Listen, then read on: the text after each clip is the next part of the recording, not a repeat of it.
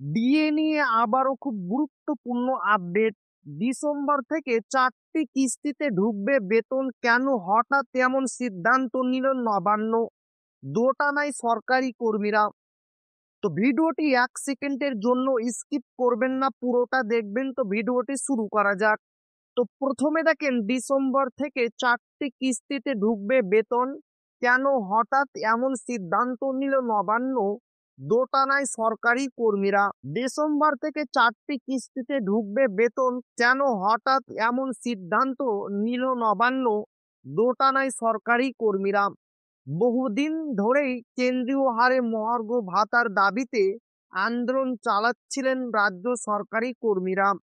অবশেষে টাকা বাড়াতে রাজি হয়েছে রাজ্য সরকার। তো বন্ধুরা, আমরা বহুদিন থেকে দেখে আসছি পশ্চিমবঙ্গ সরকারি কর্মীরা কেন্দ্রীয় হারে ডিএর দাবিতে শহীদ মিনার চত্বরে দিনের পর দিন আন্দোলন চালিয়ে যাচ্ছে, তবুও কোনো রকম সুরাহা হচ্ছে না। একদিকে আমরা দেখেছি কলকাতা হাইকোর্টে রাজ্য সরকারি কর্মীরা জয় এনেছিল, 3 মাসের মধ্যে সমস্ত বকেয়া ডিএ মিটিয়ে দিতে হবে। সে রায়কে চ্যালেঞ্জ করে সুপ্রিম কোর্টে যায় রাজ্য সরকার, এবং যেখানে যুক্তি খাড়া করে বিশাল আকার ডিএ দিতে গেলে রাজ্যের কোষাগার খালি হয়ে যাবে, তাই আমরা এই মুহূর্তে ডিএ দিতে পারছি না, এমনই যুক্তি খাড়া করে সুপ্রিম কোর্টে মামলা দায়ের করে, যে মামলায় এখনো পর্যন্ত সম্পূর্ণ শুনানি হয়নি।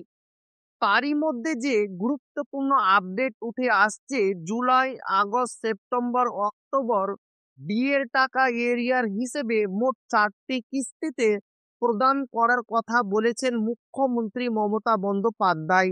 এই নিয়ে অলরেডি মুখ্যমন্ত্রী অর্থমন্ত্রী বৈঠক সেরেছেন বহুদিন ধরে, এবং যার ফলশ্রুতি আজকে প্রকাশ পেল একটি নিউজ পত্রিকায়, এবং যেখানে বলা হয়েছে 4 মাসের এরিয়ার ডিসেম্বরে অ্যাকাউন্টে সরাসরি দিয়ে দেওয়া হবে।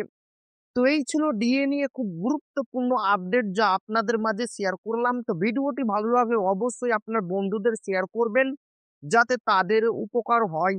আর আপনি যদি এখনো আমাদের চ্যানেলকে সাবস্ক্রাইব না করে থাকেন, তো অবশ্যই চ্যানেলকে সাবস্ক্রাইব করবেন এবং আমাদের পাশে থাকবেন। তো আবারও দেখা হবে ডিএ রিলেটেড খুব গুরুত্বপূর্ণ ভিডিওতে।